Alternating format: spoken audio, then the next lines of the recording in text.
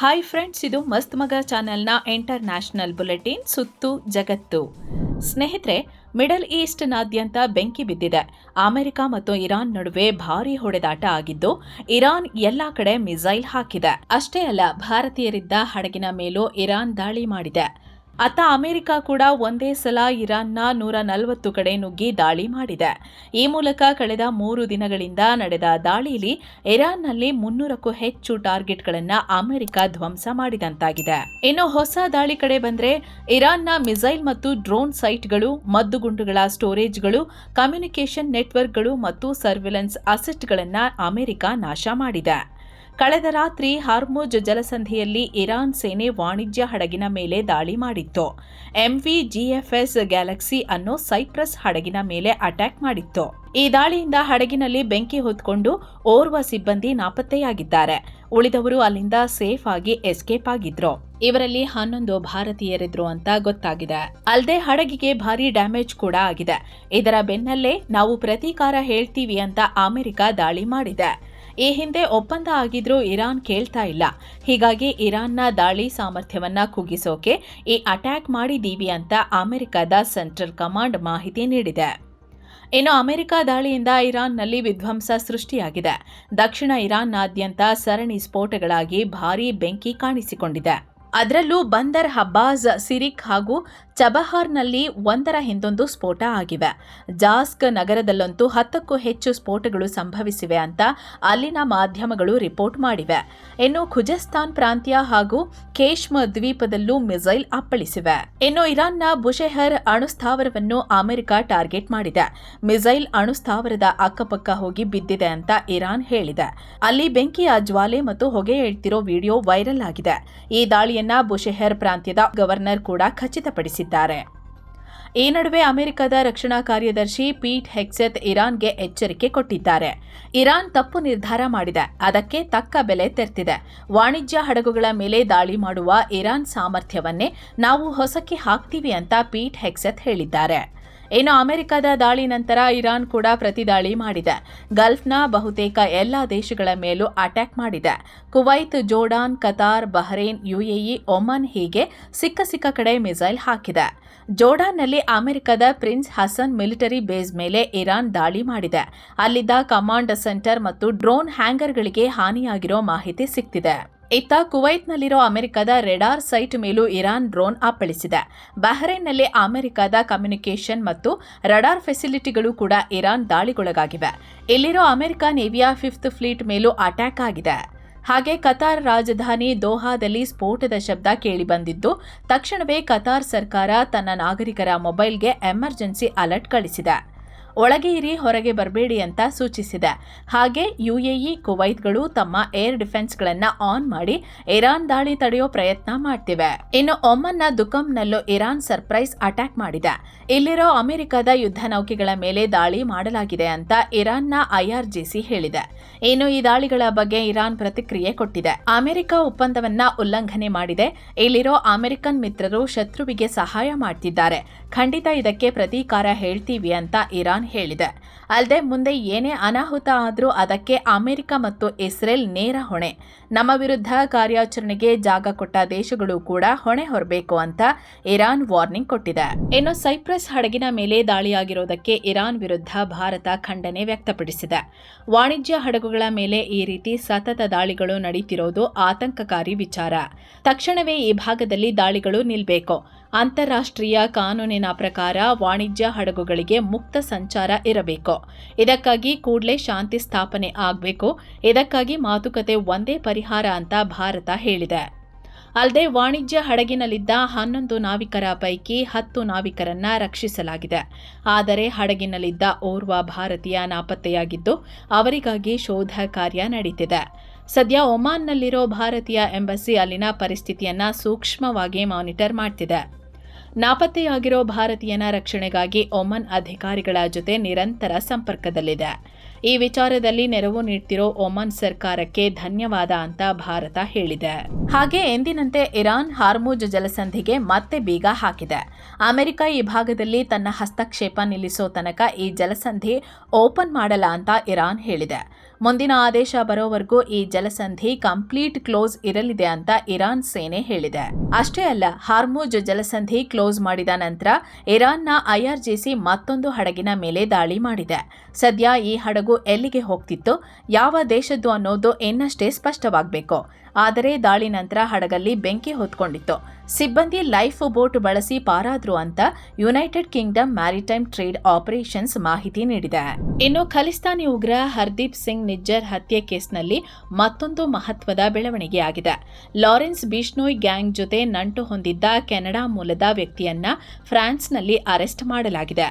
ಬಂಧಿತನನ್ನ 40 ವರ್ಷದ ಗರೀಂಧರ್ ಸಿಂಗ್ ದೇವ್ ಅಂತ ಗುರುತಿಸಲಾಗಿದೆ.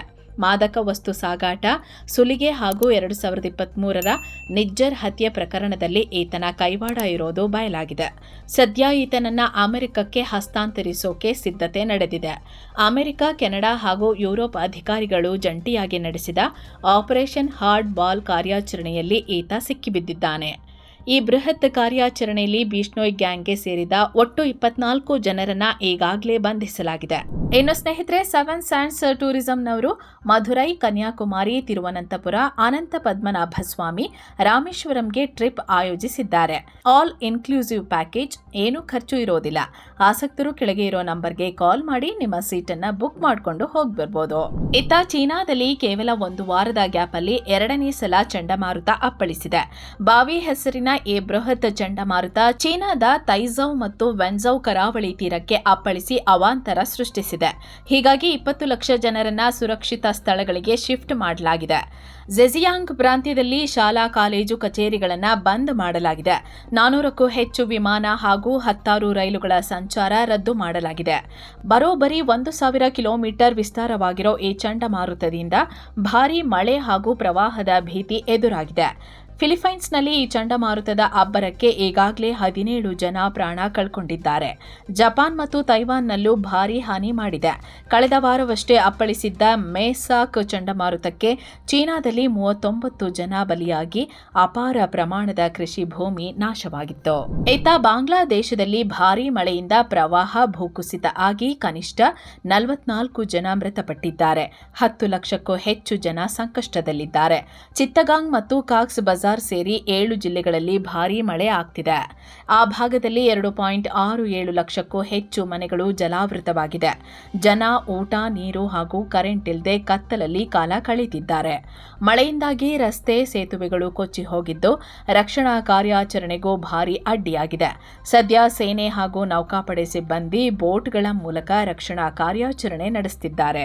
ಇನ್ನು ವೆನೆಜುವೆಲಾದಲ್ಲಿ ಸಂಭವಿಸಿದ ಅವಳಿ ಭೂಕಂಪಕ್ಕೆ ಮೃತಪಟ್ಟವರ ಸಂಖ್ಯೆ 4,333ಕ್ಕೆ ಏರಿಕೆಯಾಗಿದೆ.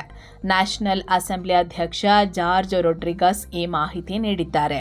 ಹಾಗೇನೇ ದುರಂತದಲ್ಲಿ ಮೃತಪಟ್ಟವರ ಪೈಕಿ ಇನ್ನೂ 315 ಶವಗಳ ಗುರುತು ಪತ್ತೆಯಾಗಿಲ್ಲ ಅಂತ ಹೇಳಿದ್ದಾರೆ. ಇನ್ನು ಭೂಕಂಪನದಿಂದಾಗಿ 16,740 ಜನ ಗಾಯಗೊಂಡಿದ್ದಾರೆ. ಈ ದುರಂತದಲ್ಲಿ ಇಲ್ಲಿವರೆಗೂ 6,462 ಜನರನ್ನ ರಕ್ಷಣೆ ಮಾಡಲಾಗಿದೆ. ಇನ್ನು 30,000 ಜನ ಕಾಣೆಯಾಗಿದ್ದಾರೆ. ಇನ್ನು ಪಾಕ್ ಸೇನಾ ಮುಖ್ಯಸ್ಥ ಆಸಿಮ್ ಮುನೀರ್ಗೆ ಅಲ್ಲಿನ ಸರ್ಕಾರ ಹೊಸ ಜವಾಬ್ದಾರಿ ನೀಡಿದೆ. ಹಾಗಂತ ಏನ್ ಹೊಸ ಆರ್ಮಿ ಸ್ಟ್ರಾಟಜಿ ಹೆಣೆಯೋದಲ್ಲ. ದೇಶದಲ್ಲಿ ಜನಸಂಖ್ಯೆ ನಿಯಂತ್ರಣ ಮಾಡೋ ಸಮಿತಿಗೆ ಮುನೀರ್ನನ್ನ ಸೇರಿಸಲಾಗಿದೆ. ಪ್ರಧಾನಿ ಶಹಬಾಜ್ ಶರೀಫ್ ರಚಿಸಿರೋ ಈ ಉನ್ನತ ಮಟ್ಟದ ಸಮಿತಿಯಲ್ಲಿ ಇದೇ ಮೊದಲ ಬಾರಿಗೆ ಸೇನಾ ಮುಖ್ಯಸ್ಥರಿಗೂ ಮಣೆ ಹಾಕಲಾಗಿದೆ. 25.9 ಕೋಟಿ ಜನಸಂಖ್ಯೆ ಹೊಂದಿರೋ ಪಾಕ್ ಸದ್ಯ ಪ್ರಪಂಚದ 5ನೇ ಅತಿ ಹೆಚ್ಚು ಜನಸಂಖ್ಯೆ ಹೊಂದಿರೋ ದೇಶ.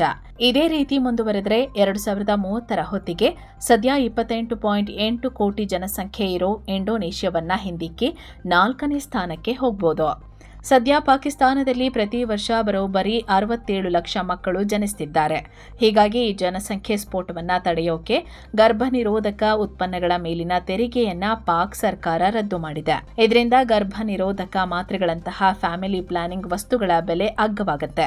ಬೆಲೆ ಕಡಿಮೆ ಆದರೆ ಬಡ ಹಾಗೂ ಮಧ್ಯಮ ವರ್ಗದ ಜನ ಇದನ್ನ ಸುಲಭವಾಗಿ ಖರೀದಿಸಿ ಹೆಚ್ಚಾಗಿ ಬಳಸ್ತಾರೆ ಅನ್ನೋದು ಸರ್ಕಾರದ ಲೆಕ್ಕಾಚಾರ. ಈ ಮೂಲಕ ಅನಗತ್ಯ ಗರ್ಭಧಾರಣೆ ತಪ್ಪಿಸಿ ವರ್ಷಕ್ಕೆ ಕನಿಷ್ಠ 15 ಲಕ್ಷ ಲಕ್ಷ ಜನನ ಪ್ರಮಾಣವಾದರೂ ಕಡಿಮೆ ಮಾಡಬಹುದು ಅಂತ ಪಾಕ್ ಸರ್ಕಾರ ಪ್ಲಾನ್ ಮಾಡಿದೆ. ಇದನ್ನ ಮಾನಿಟರ್ ಮಾಡೋ ಸಮಿತಿಗೆ ಮುನೀರ್ ಕೂಡ ಸೇರ್ಕೊಂಡಿದ್ದಾರೆ. ಬಲೂಚಿಸ್ತಾನ್ ಪ್ರಾಂತ್ಯದಲ್ಲಿ 88 ಬಂಡುಕೋರರನ್ನ ಹೊಡೆದುರುಳಿಸಿದ್ದೀವಿ ಅಂತ ಪಾಕ್ ಸರ್ಕಾರ ಹೇಳ್ಕೊಂಡಿದೆ. ಜುಲೈ 5ರಿಂದಲೇ ಆಪರೇಷನ್ ಶಬಾನ್ ಹೆಸರಿನಲ್ಲಿ ಈ ಕಾರ್ಯಾಚರಣೆಯನ್ನ ಶುರು ಮಾಡಿದ್ದೀವಿ. ಕಳೆದ 24 ಗಂಟೆಗಳಲ್ಲಿ 9 ಬಂಡುಕೋರರನ್ನ ಹೊಡೆದಾಕಲಾಗಿದೆ ಅಂತ ಪಾಕ್ನ ಇಂಟೀರಿಯರ್ ಮಿನಿಸ್ಟರ್ ಮೊಹಸಿನ್ ನಖ್ವಿ ಹೇಳಿದ್ದಾರೆ. ಅಂದ್ಹಾಗೆ ಜುಲೈ 5ರಂದು ಇದೇ ಬಲೂಚಿಸ್ತಾನದಲ್ಲಿ ಜಿಯಾರಾತ್ ಜಿಲ್ಲೆಯ ಚೆಕ್ಪೋಸ್ಟ್ ಮೇಲೆ ದಾಳಿಯಾಗಿತ್ತು. ಈ ವೇಳೆ 9 ಪೊಲೀಸರನ್ನ ಹತ್ಯೆ ಮಾಡಲಾಗಿತ್ತು. ಜೊತೆಗೆ 18 ಸಿಬ್ಬಂದಿಯನ್ನ ಅಪಹರಿಸಿದ್ರು. ಬಳಿಕ ಅವರನ್ನು ಮುಗಿಸಲಾಗಿತ್ತು. ಇದರ ಬೆನ್ನಲ್ಲೇ ಪಾಕಿಸ್ತಾನ ಈ ಸೇನೆ ನುಗ್ಗಿಸಿ ಆಪರೇಷನ್ ನಡೆಸುತ್ತಿದೆ. ಇನ್ನೊಂದು ಕಡೆ ಹತ್ಯೆಯಾದ ಪೊಲೀಸರ ಕುಟುಂಬಸ್ಥರು ಕ್ವೇಟ್ವಾ ನಗರದಲ್ಲಿ ಬೃಹತ್ ಪ್ರತಿಭಟನೆ ನಡೆಸುತ್ತಿದ್ದಾರೆ. ನಮಗೆ ನ್ಯಾಯ ಸಿಗೋವರೆಗೂ ಹಾಗೂ ಪೊಲೀಸರಿಗೆ ಸೂಕ್ತ ಭದ್ರತೆ ನೀಡೋವರೆಗೂ ಶವ ಸಂಸ್ಕಾರ ಮಾಡಲ್ಲ ಅಂತ ಪಟ್ಟು ಹಿಡಿದು ಕುಳಿತಿದ್ದಾರೆ. ಇನ್ನು ಬರೋಬ್ಬರಿ 6 ವರ್ಷಗಳ ಬಳಿಕ ಭಾರತ ಮತ್ತು ಮಯನ್ಮಾರ್ ಗಡಿಯಲ್ಲಿ ಮತ್ತೆ ವ್ಯಾಪಾರ ಶುರುವಾಗ್ತಿದೆ. ಕೊರೋನಾ ಕಾರಣದಿಂದ 2020ರ ಫೆಬ್ರವರಿಯಲ್ಲಿ ಈ ಗಡಿ ವ್ಯಾಪಾರವನ್ನ ಸಂಪೂರ್ಣ ಬಂದ್ ಮಾಡಲಾಗಿತ್ತು. ಬಂದ್ ಆಗೋ ಮುನ್ನ ಈ ಗಡಿ ಮಾರುಕಟ್ಟೆಯಲ್ಲಿ ಪ್ರತಿ ತಿಂಗಳು ಲಕ್ಷಾಂತರ ರೂಪಾಯಿ ಮೌಲ್ಯದ ಭಾರೀ ವಹಿವಾಟು ನಡೀತಿತ್ತು. ದಿನಸಿ ಸಾಮಗ್ರಿಗಳು, ತರಕಾರಿ, ಹಣ್ಣು ಹಾಗೂ ಬಟ್ಟೆ ಸೇರಿದಂತೆ ಸ್ಥಳೀಯ ಉತ್ಪನ್ನಗಳನ್ನ ಎರಡೂ ದೇಶಗಳ ಜನ ಪರಸ್ಪರ ಖರೀದಿ ಮಾಡ್ತಿದ್ರು. ಇನ್ನು ಈಗ ಜುಲೈ 20ರಿಂದ ಅರುಣಾಚಲ ಪ್ರದೇಶದ ಪಾಂಗ್ಸೌ ಪಾಸ್ ಬಾರ್ಡರ್ನಲ್ಲಿ ಮತ್ತೆ ಟ್ರೇಡಿಂಗ್ ಸ್ಟಾರ್ಟ್ ಆಗ್ತಿದೆ. ಈ ಬಗ್ಗೆ ಭಾರತ ಮತ್ತು ಮಯನ್ಮಾರ್ ವ್ಯಾಪಾರ ಸಮಿತಿಗಳು ಮಹತ್ವದ ಸಭೆ ನಡೆಸಿ ಗಡಿ ಮಾರುಕಟ್ಟೆ ಓಪನ್ ಮಾಡೋಕೆ ಗ್ರೀನ್ ಸಿಗ್ನಲ್ ನೀಡಿವೆ. ಫ್ರೀ ಮೂವ್ಮೆಂಟ್ ರೆಜಿಮ್ FMR ನಿಯಮದಡಿ ಗಡಿಯಿಂದ 10 ಕಿಲೋಮೀಟರ್ ವ್ಯಾಪ್ತಿಯಲ್ಲಿರೋ ಸ್ಥಳೀಯ ನಿವಾಸಿಗಳು ಈ ವ್ಯಾಪಾರ ಮಾಡಬಹುದು. ಪ್ರತಿ ತಿಂಗಳ 10, 20 ಹಾಗೂ 30ನೇ ತಾರೀಖಿನಂದು ಮಾತ್ರ ಈ ಗಡಿ ಮಾರುಕಟ್ಟೆ ಕಾರ್ಯನಿರ್ವಹಿಸಲಿದೆ. ಇನ್ನು ಭಾರತ ಚೀನಾ ಗಡಿ ವ್ಯಾಪಾರಕ್ಕೆ ಸ್ವಲ್ಪ ಬ್ರೇಕ್ ಬಿದ್ದಿದೆ. 6 ವರ್ಷಗಳ ಬಳಿಕ ಲಿಪುಲೇಖ್ ಪಾಸ್ ಮೂಲಕ ಮತ್ತೆ ವ್ಯಾಪಾರ ಶುರುವಾಗಬೇಕಿತ್ತು. ಆದರೆ ಟಿಬೆಟ್ನ ತಕ್ಲಾಕೋಟ್ನಲ್ಲಿ ಹೊಸ ಮಾರುಕಟ್ಟೆ ಕೆಲಸ ನಡೀತಿದೆ. ಅದು ಮುಗಿಯುವವರೆಗೂ ಕಾಯಿರಿ ಅಂತ ಚೀನಾ ಹೇಳಿದೆ. ಕೊರೋನಾ ಮತ್ತು ಗಲ್ವಾನ್ ಸಂಘರ್ಷದ ಕಾರಣಕ್ಕೆ 2020ರಲ್ಲೇ ಈ ಗಡಿ ವ್ಯಾಪಾರ ಸಂಪೂರ್ಣ ಬಂದ್ ಆಗಿತ್ತು. ಈ ವರ್ಷ ಜೂನ್ 1ಕ್ಕೆ ವ್ಯಾಪಾರ ಶುರುವಾಗಿ ಜುಲೈ 8ರಂದು ಭಾರತದ ವ್ಯಾಪಾರಿಗಳು ಗಡಿ ವ್ಯಾಪಾರಕ್ಕೆ ರೆಡಿಯಾಗಿದ್ರು. ಆದರೆ ಜುಲೈ 7ರಂದು ಇಮೇಲ್ ಮಾಡಿರೋ ಚೀನಾ ಕೆಲಸ ಮುಗಿಯೋವರೆಗೂ ವ್ಯಾಪಾರಿಗಳನ್ನ ಕಳಿಸಬೇಡಿ ಅಂತ ಹೇಳಿದೆ. ಇದರ ಜೊತೆಗೆ ಪ್ರತಿ ವ್ಯಾಪಾರಿ ಮತ್ತು ಅವರು ತರೋ ವಸ್ತುಗಳ ಸಂಪೂರ್ಣ ಡೀಟೇಲ್ಸ್ ಕೂಡ ಕೇಳಿದೆ. ಇತ್ತ 2019ರಲ್ಲೇ ಬಿಟ್ಟು ಬಂದಿದ್ದ ವಸ್ತುಗಳನ್ನ ನೋಡಿ ಬರೋಕೆ 30 ವ್ಯಾಪಾರಿಗಳು ಅನುಮತಿ ಕೇಳಿ ಕಾಯ್ತಿದ್ದಾರೆ. ಹೀಗಾಗಿ ಎಲ್ಲಾ ಸಿದ್ಧತೆ ಮಾಡಿಕೊಂಡು ಕಾದು ಕೂತಿದ್ದ ಭಾರತದ ವ್ಯಾಪಾರಿಗಳಿಗೆ ಚೀನಾದ ನಿರ್ಧಾರದಿಂದ ಸದ್ಯ ನಿರಾಸೆ ಮೂಡಿದಂತಾಗಿದೆ. ಇತ್ತ ಕುವೈತ್ನಲ್ಲಿರೋ ಭಾರತೀಯ ರಾಯಭಾರ ಕಚೇರಿ ಮಹತ್ವದ ಆದೇಶ ಹೊರಡಿಸಿದೆ. ಆಡಳಿತಾತ್ಮಕ ಕಾರಣಗಳಿಂದಾಗಿ ಪಾಸ್ಪೋರ್ಟ್ ಹಾಗೂ ವೀಸಾ ಸೇವೆಗಳ ಮೇಲೆ ಜುಲೈ 19ರವರೆಗೆ ತಾತ್ಕಾಲಿಕ ನಿರ್ಬಂಧ ಹೇರಿದೆ. ಕೇವಲ ತುರ್ತು ಪರಿಸ್ಥಿತಿಗಳಲ್ಲಿ ಮಾತ್ರ ಪಾಸ್ಪೋರ್ಟ್ ಹಾಗೂ ವೀಸಾ ಸೇವೆಗಳನ್ನು ನೀಡೋದಾಗಿ ಸ್ಪಷ್ಟಪಡಿಸಿದೆ. ಹೀಗಾಗಿ ಜುಲೈ 19ರವರೆಗೆ ಸಾಮಾನ್ಯ ಪಾಸ್ಪೋರ್ಟ್ ಮತ್ತು ವೀಸಾ ಅರ್ಜಿಗಳನ್ನು ಸ್ವೀಕಾರ ಮಾಡಲ್ಲ ಅಂತ ಹೇಳಿದೆ. ಜೊತೆಗೆ ಕುವೈತ್ನಲ್ಲಿರೋ ಎಲ್ಲ ಭಾರತೀಯ ಕಾನ್ಸುಲರ್ ಅಪ್ಲಿಕೇಶನ್ ಸೆಂಟರ್ಗಳನ್ನು ಮುಂದಿನ ಆದೇಶದವರೆಗೆ ಬಂದ್ ಮಾಡಲಾಗಿದೆ. ಸಿವಿಲ್ ಐಡಿ ಅವಧಿ ಮುಗಿತಿರೋರಿಗೆ short validity passport, Tatkal passport ಹಾಗೂ ಇ ವೀಸಾದಂತಹ ತುರ್ತು ಸೇವೆಗಳು ಮಾತ್ರ ಲಭ್ಯವಿರಲಿವೆ. ತುರ್ತು ಅಗತ್ಯವಿದ್ದವರು ಸೂಕ್ತ ದಾಖಲೆಗಳೊಂದಿಗೆ ಬೆಳಗ್ಗೆ 9ರಿಂದ ಮಧ್ಯಾಹ್ನ 12 ಗಂಟೆಯೊಳಗೆ ರಾಯಭಾರ ಕಚೇರಿಯನ್ನ ಸಂಪರ್ಕಿಸಬಹುದು ಅಂತ ಸೂಚಿಸಲಾಗಿದೆ. ಸಾಮಾನ್ಯ ಸೇವೆ ಪಡೆಯಬೇಕಾದವರು ಜುಲೈ 19ರ ಬಳಿಕವೇ ಅರ್ಜಿ ಸಲ್ಲಿಸಿ ಅಂತ ಕುವೈತ್ನಲ್ಲಿರೋ ಭಾರತೀಯರಿಗೆ ಮನವಿ ಮಾಡಲಾಗಿದೆ. ಇನ್ನು ಕತಾರ್ನ ಮಾಜಿ ಅಮೀರ್ ಅಥವಾ ರಾಜ Sheikh Hamad bin Khalifa Al Thani ನಿಧನರಾಗಿದ್ದಾರೆ. ಅವರಿಗೆ 74 ವರ್ಷ ವಯಸ್ಸಾಗಿದ್ದು ಭಾನುವಾರ ಬೆಳಗ್ಗೆ ಅವರು ಕೊನೆಯುಸಿರೆಳೆದಿದ್ದಾರೆ. ಇವರು 1995ರಿಂದ 2013ರವರೆಗೆ ಕತಾರನ್ನ ಆಳಿದ್ರು. ಕತಾರ್ನ ಆಧುನಿಕ ಬೆಳವಣಿಗೆಯ ಶಿಲ್ಪಿ ಅಂತ ಕರೆಸಿಕೊಂಡಿದ್ರು. ಇವರ ಆಡಳಿತಾವಧಿಯಲ್ಲೇ ಕತಾರ್ ಜಾಗತಿಕ ಮಟ್ಟದಲ್ಲಿ ಆರ್ಥಿಕವಾಗಿ ಹಾಗೂ ಸಾಂಸ್ಕೃತಿಕವಾಗಿ ತುಂಬಾ ಸುಧಾರಣೆ ಕಂಡಿತ್ತು. ಇನ್ನು ಅಮೆರಿಕದ ರಿಪಬ್ಲಿಕ್ ಸೆನೆಟರ್ ಟ್ರಂಪ್ ಆಪ್ತ ಲಿಂಡ್ಸೆ ಗ್ರಹಾಂ ನಿಧನರಾಗಿದ್ದಾರೆ. 71 ವರ್ಷದ ಲಿಂಡ್ಸೆ ಅನಾರೋಗ್ಯದಿಂದ ಬಳಲ್ತಾ ಇದ್ರು. ಈಗ ಕೊನೆಯುಸಿರೆಳೆದಿದ್ದಾರೆ. ಇವರು ದಕ್ಷಿಣ ಕೆರೋಲಿನಾದ ಸೆನೆಟರ್ ಆಗಿದ್ರು. ಅತ್ತ ಯುಕ್ರೇನ್ನ ವಿವಿಧ ನಗರಗಳ ಮೇಲೆ ರಷ್ಯಾ 121 ಡ್ರೋನ್ ಹಾಗೂ ಕ್ರೂಸ್ ಮಿಸೈಲ್ಗಳ ಮೂಲಕ ದಾಳಿ ಮಾಡಿದೆ. ಪರಿಣಾಮ 8 ಜನ ಮೃತಪಟ್ಟಿದ್ದಾರೆ, 30ಕ್ಕೂ ಹೆಚ್ಚು ಜನ ಗಾಯಗೊಂಡಿದ್ದಾರೆ. ಆದರೆ ರಷ್ಯಾ ಉಡಾಯಿಸಿದ 121 ಡ್ರೋನ್ಗಳ ಪೈಕಿ 111 ಡ್ರೋನ್ಗಳು ಹಾಗೂ 2 ಕ್ರೂಸ್ ಕ್ಷಿಪಣಿಗಳನ್ನು ನಾವು ಹೊಡೆದಾಕಿದ್ದೀವಿ ಅಂತ ಯುಕ್ರೇನ್ ಹೇಳಿದೆ. ಆದರೆ ಅತಿ ವೇಗವಾಗಿ ಬರೋ ಬ್ಯಾಲಿಸ್ಟಿಕ್ ಕ್ಷಿಪಣಿಗಳನ್ನ ಹೊಡೆದುರುಳಿಸೋಕೆ ಯುಕ್ರೇನ್ ಬಳಿ ನಮ್ಮ ಬಳಿ ಶಸ್ತ್ರಾಸ್ತ್ರಗಳ ಕೊರತೆ ಇದೆ. ಹೀಗಾಗಿ ನಮಗೆ ಶೀಘ್ರವೇ ಆಯುಧ ಕೊಡಿ ಅಂತ ಯುಕ್ರೇನ್ ಅಧ್ಯಕ್ಷ ಝೆಲೆನ್ಸ್ಕಿ ಮಿತ್ರ ರಾಷ್ಟ್ರಗಳಿಗೆ ಮನವಿ ಮಾಡಿದ್ದಾರೆ. ಯುಕ್ರೇನ್ ನಡೆಸುತ್ತಿರೋ ನಿರಂತರ ದಾಳಿಯಿಂದಾಗಿ ಪೆಟ್ರೋಲ್ ಡೀಸೆಲ್ಗೆ ಹಾಹಾಕಾರ ಶುರುವಾಗಿದೆ. ಜೂನ್ ತಿಂಗಳಿನಿಂದ ರಷ್ಯಾದ 90% ಭಾಗಗಳಲ್ಲಿ ಇಂಧನ ಕೊರತೆ ಎದುರಾಗಿದೆ. ಹೀಗಾಗಿ ಪೆಟ್ರೋಲ್ ಬಂಕ್ಗಳಲ್ಲಿ ಇಂಧನ ವಿತರಣೆಗೆ ಲಿಮಿಟ್ ಹಾಕಲಾಗಿದೆ. ಇದರ ಬೆನ್ನಲ್ಲೇ ಸುಮಾರು 30 ಲಕ್ಷ ಜನಸಂಖ್ಯೆ ಇರೋ ನೋವೊಸಿಬಿರ್ಸ್ಕ್ ರೀಜನ್ನಲ್ಲಿ ಅಲ್ಲಿನ ಸರ್ಕಾರ ಹೊಸ ಆದೇಶ ಹೊರಡಿಸಿದೆ. ಇಂಧನ ಉಳಿಸೋ ಉದ್ದೇಶದಿಂದ ಮನೆಯಿಂದಲೇ ಕೆಲಸ ಮಾಡಿ ಅಂತ ಮನವಿ ಮಾಡಿದೆ. ಇನ್ನು ಫಿಫಾ ಫುಟ್ಬಾಲ್ ವಿಶ್ವಕಪ್ ವಿಚಾರಕ್ಕೆ ಬಂದ್ರೆ ಕ್ವಾರ್ಟರ್ ಫೈನಲ್ನಲ್ಲಿ ಗೆದ್ದು ಇಂಗ್ಲೆಂಡ್ ಮತ್ತು ಅರ್ಜೆಂಟೀನಾ ಸೆಮಿಫೈನಲ್ಗೆ ಲಗ್ಗೆ ಇಟ್ಟಿವೆ. ಮೊದಲ ಪಂದ್ಯದಲ್ಲಿ ಇಂಗ್ಲೆಂಡ್ ನಾರ್ವೆ ವಿರುದ್ಧ 2-1 ಗೋಲುಗಳ ಅಂತರದಿಂದ ಜಯ ಸಾಧಿಸಿದೆ. ಇಂಗ್ಲೆಂಡ್ ಪರ ಸ್ಟಾರ್ ಆಟಗಾರ ಜೂಡ್ ಬೆಲ್ಲಿಂಗ್ ಹ್ಯಾಮ್ 2 ಅದ್ಭುತ ಗೋಲು ಬಾರಿಸಿ ತಂಡವನ್ನ ಗೆಲ್ಲಿಸಿಕೊಟ್ರು. ಈ ಮೂಲಕ 2018ರ ನಂತರ ಇಂಗ್ಲೆಂಡ್ ಮೊದಲ ಬಾರಿಗೆ ಸೆಮಿಫೈನಲ್ಗೆ ಕಾಲಿಟ್ಟಿದೆ. ಇನ್ನೊಂದು ರೋಚಕ ಕ್ವಾರ್ಟರ್ ಫೈನಲ್ ಪಂದ್ಯದಲ್ಲಿ ಹಾಲಿ ಚಾಂಪಿಯನ್ ಅರ್ಜೆಂಟೀನಾ 3-1 ಗೋಲುಗಳಿಂದ ಸ್ವಿಟ್ಜರ್ಲೆಂಡ್ ತಂಡವನ್ನ ಮಣಿಸಿದೆ. ಈ ಪಂದ್ಯದಲ್ಲಿ ನಿಗದಿತ ಅವಧಿಯಲ್ಲಿ 1-1 ಸಮಬಲ ಉಂಟಾಗಿದ್ದರಿಂದ ಪಂದ್ಯದ ಫಲಿತಾಂಶಕ್ಕೆ ಎಕ್ಸ್ಟ್ರಾ ಟೈಮ್ ನೀಡಲಾಗಿತ್ತು. ಎಕ್ಸ್ಟ್ರಾ ಟೈಮ್ನ 112ನೇ ನಿಮಿಷದಲ್ಲಿ ಅರ್ಜೆಂಟೀನಾದ Julian Alvarez long range goal ತಂಡಕ್ಕೆ ಮುನ್ನಡೆ ಕೊಡ್ತು. ಪಂದ್ಯದ ಕೊನೆ ಕ್ಷಣದಲ್ಲಿ ಲೌಟಾರೋ ಮಾರ್ಟಿನೆಜ್ ಮತ್ತೊಂದು ಗೋಲು ಬಾರಿಸಿ ಅರ್ಜೆಂಟೀನಾವನ್ನ ಸೆಮಿಫೈನಲ್ ಒಯ್ಯುವಲ್ಲಿ ಯಶಸ್ವಿಯಾದ್ರು.